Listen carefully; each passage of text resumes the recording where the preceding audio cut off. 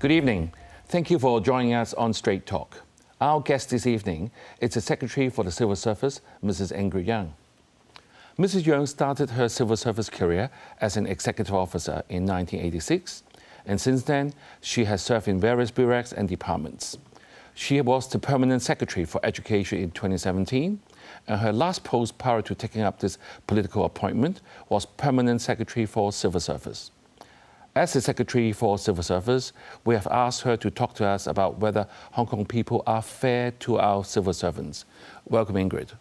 Hello, Eugene. Right. Before we start, we must acknowledge your team of civil servants for the hard work during the pandemic. We all know the civil servants play a crucial part in the functioning of a society, and it was clearly demonstrated in the pandemic. And I know some of your team has actually gone to different parts of the actual workflow, like contact tracing, helping in testing center. I think a lot of Hong Kongers actually do appreciate your hard work. So I thought it feels that it's appropriate to acknowledge your team of servants in this juncture. Thank you very much. That's our responsibility, but we've also gone out of our usual work, the remit of our usual work, to do more during the pandemic, to have it ended as soon as possible. Right, Secretary, maybe you can give us a background of what is civil service, how many people actually you have, and how many levels of work, and how is your structure. I think a lot of viewers, I mean, even for people like myself who has served various different government boards and committees, sometimes we are not 100% in grasp of what's happening. Maybe you can take this opportunity to tell us what exactly is under your team and what do you do and how do you delegate them to work efficiently? The civil service is has a big establishment. We have an establishment of over 190,000. So it's really, Hong Kong is really the biggest employer in Hong Kong. The government is really the biggest employer in Hong Kong. There are a huge variety of civil service jobs. Civil servants are placed in over 70 government departments and bureaus, and there are over 400 civil service grades, so-called grades. A civil service grade is a sort of, you can say that people in the same grade share the similar duties or have the similar training. They do similar jobs.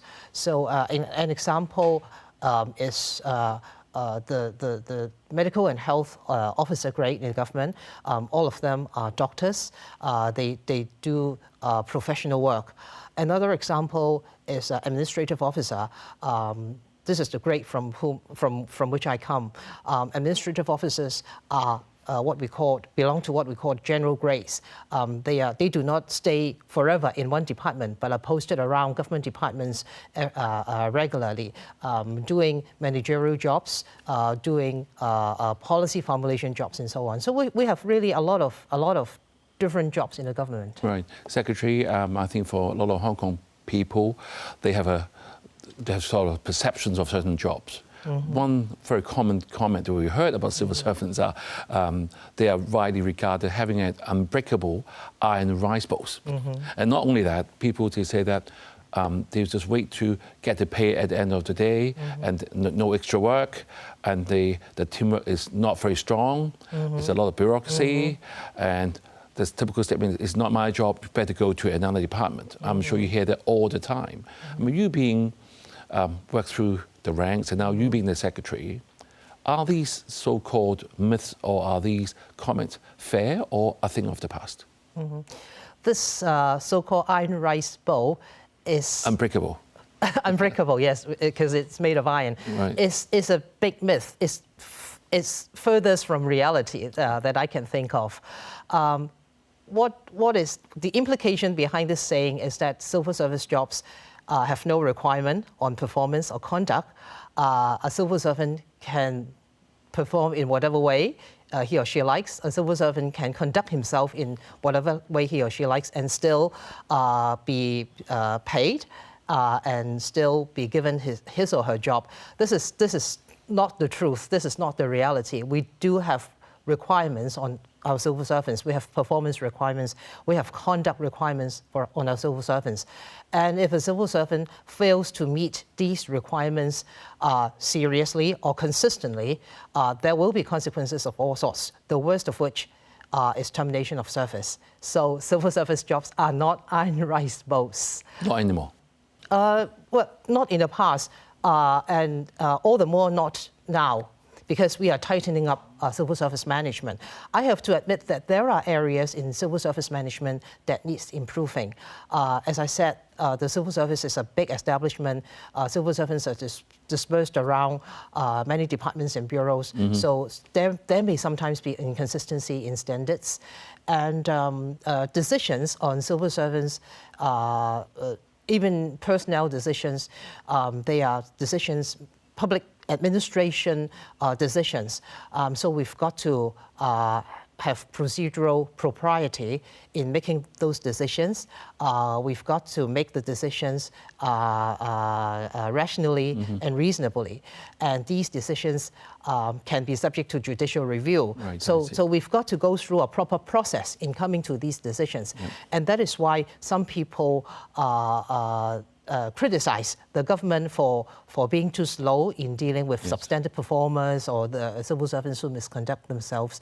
And I see that there is room for improving the efficiency, but the procedure, the procedure that ensures fairness, that ensures reasonableness, cannot be compromised. Right.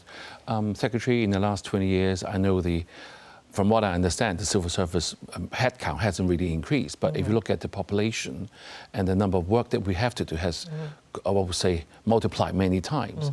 So do you have enough people or manpower to do the jobs that needs to be delivered at a certain time? There are many more demands on the government now. But there are also developments on other fronts. Development in technology, for example. Technology can now do the work of many people who, and at a much more efficient pace. You cannot imagine. One can now just fill on an application form, fill in an application form online, press a button, and then the information will go to the computer system and have it processed, and what the member of the public is applying for will be given to him or her. Right. Fee paying, you no longer have to go to an office, to go to the shroff to have it paid. You can just press a button, and then the transactions behind will all be done. And so there are technological developments that we should, I think, embrace, and the manpower that we can save from using technology, from applying technology in delivering service, can be meaningfully deployed elsewhere. Yeah, Secretary, coming from my colleagues in the medical and health department, they were saying to me that they're using, for example, they treat the customers, you use the word clients. So when you use the word clients, that means you have to customer service to them, and I'm sure if we have young people watching the show right now, they thought that, to go to civil service, it's quite an easy job and there's not much pressure. But I beg to differ, because there is demand from the public, and there's also demand from your superiors. Would you say that being a government servant now, a civil servant now, is quite a reasonably high pressure job? It is. But without pressure, we won't improve, right? Right. Every job has its own pressure, and I think it's for us to manage that pressure. It's for us to embrace that pressure and turn it into a source of strength for us to improve. Right. I also hear one comment. They said that since the civil servants are quite well paid, this is part of the package to take up criticism from the public. Do you agree? I do not quite agree to see civil service pay and to see criticism from the public from that angle.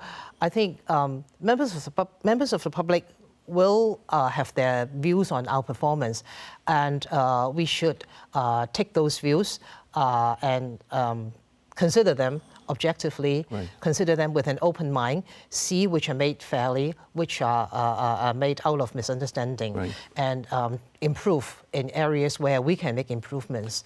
For the pay package, our policy is to have a pay package that enables us to get the right person for the right jobs and allow our pay to be on the whole generally comparable with private sector pay.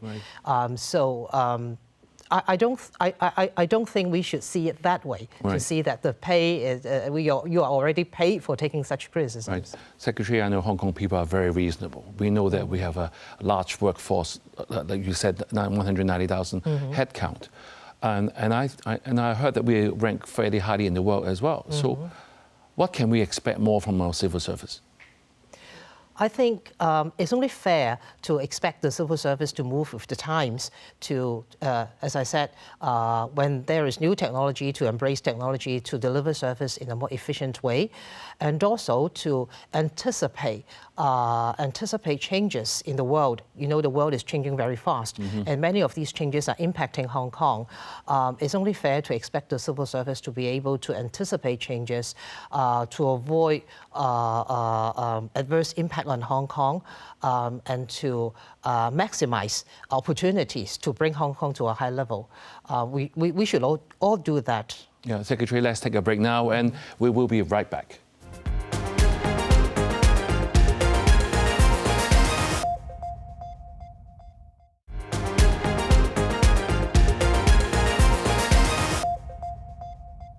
Thank you for staying with us. We have the Secretary for Civil Service with us this evening, and she has been correcting some of the myths and perceptions Hong Kong people have about civil servants. So, Secretary, in the first half, you did talk about the overall structure of civil servants. The iron rice bowl isn't that unbreakable anymore, and all of them are having a strong leadership from the chief executive and all the other secretaries. So one area that this government has stressed on is the performance, kind of called result-oriented governing principles. So we call KPI, Key Performing Index. So you being the chief of all the manpower, how they feel, how does your teammates react to this new approach? Are they welcoming to that, or they feel a lot of pressure? Actually, in the past, we also have performance pledges. If you look at the estimates, this document that we call Controlling Officers Report, which every head of department has to compile for the annual estimates, there are performance pledges set. The civil servants of that department have to perform up to a certain standard. Now we are sharpening this requirement, so bringing in the KPIs. The KPIs are not for individual civil servants, it's for the entire department or even for a group of departments to achieve a certain objective, to have something materialized by a certain time. So it's really for the whole team instead of for individual civil servants. We are all very encouraged by having these milestones set out, because we can work our schedule towards that milestone. We can put our resources to the place where the resources should be put to achieve that effect. So on the whole, it isn't something that creates extra pressure, but I think it actually has a positive effect on the civil service. So that being the case, you mentioned a couple of times of the advance of technology, plus this performance index kind of giving you a push. Would you call that it kind of reduces the red tape or produce more efficiency and results, in your opinion? It certainly produces more efficiency and positive outcomes. As for red tape, you mentioned earlier in this program that sometimes government departments will say that this is not my work, you go to another department. I have to admit that there have been such phenomenon, but right now we are emphasizing teamwork and team spirit, and that we are working to reduce such phenomenon. the departments have their own remit, have their own responsibilities, and there are things that one department cannot do, cannot Right. you do in the place of another department. But in dealing with members of the public, we are advocating a more helpful attitude. If it is not what a department is not within a department's responsibility, the department could point a direction to that member of the public, or if it's not within a particular team's work, but it's another team's work, one can provide more information, telephone numbers, emails, website, and so on. Yeah, let me ask you a very philosophical question. The civil service faces scrutiny and criticism, just like any big organizations. And how can we strike a balance between holding our civil servants accountable and actually ensuring that, while they're ensuring that they're being treated fairly and recognized for the hard work? How do you do that? Now, we have internally, we have appraisal reports. Apart from probationers who must assessed, whose performance must be assessed half yearly, all civil servants assessed, have their performance assessed annually. Internally, the supervisors of civil servants do assess them. How well do they perform? How good is their attitude to work, is their commitment, and how good are their actual abilities in doing their jobs, and how good are their potentials. That is one thing.